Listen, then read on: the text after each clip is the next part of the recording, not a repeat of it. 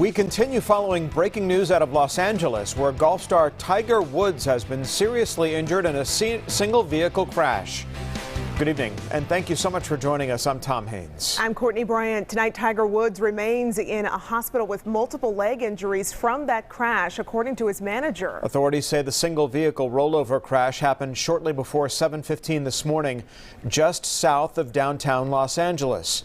This is a look at the scene of the single vehicle rollover crash. You can see the car flipped over there on its side with damage to the front end, and the airbags seem to have been deployed. Authorities say that crews had to use an axe and a crowbar to remove Woods from that vehicle. We're told he was alert and talking to rescuers. We want to take you live now to Los Angeles for a closer look at the investigation into the crash. Fox News' Matt Finn joins us live tonight with the very latest details. Matt, what have you learned?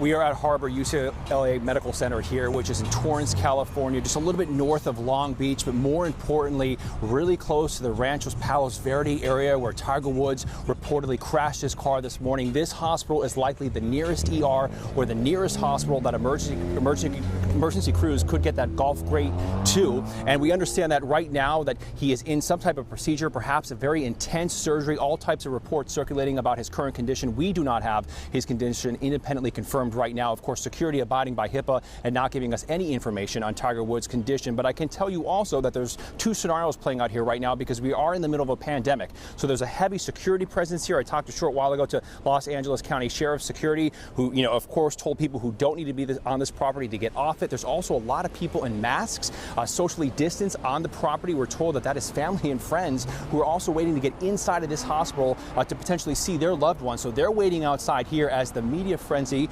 starts to pick up, and there is just a general awareness in the air right now, as there typically is when a celebrity or a high-profile name is brought to a hospital. Things are relatively under control here, but the presence of journalists is picking up, people stopping and going, perhaps some looky-loos. We don't have any exact information on Tiger Woods' condition right now. We understand there's a 3 p.m. local press conference coming up, which will likely give us more details.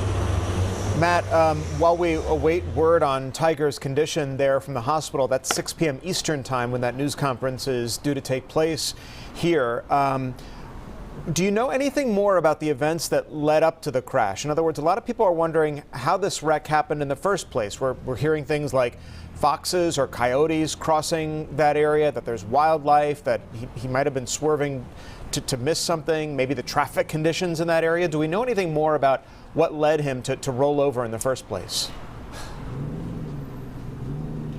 There's so much information out there right now, so I'm hesitant to go near it because there's all types of things circulating. Some of the stuff coming from sources that were with him. I know from our fellow correspondent out here, Trace Gallagher, who says he lives in that area, and from the video that we've seen, the horrifying video of the actual crash site, that it's a very hilly area, and that Tiger Woods was in likely, I believe, a Bentley SUV, a very expensive foreign SUV that rolled over apparently at least once.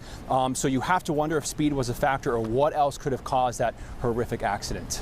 Yeah, well, our thoughts are certainly with him as he recovers there at the hospital. Matt Finn, thanks so much for the very latest.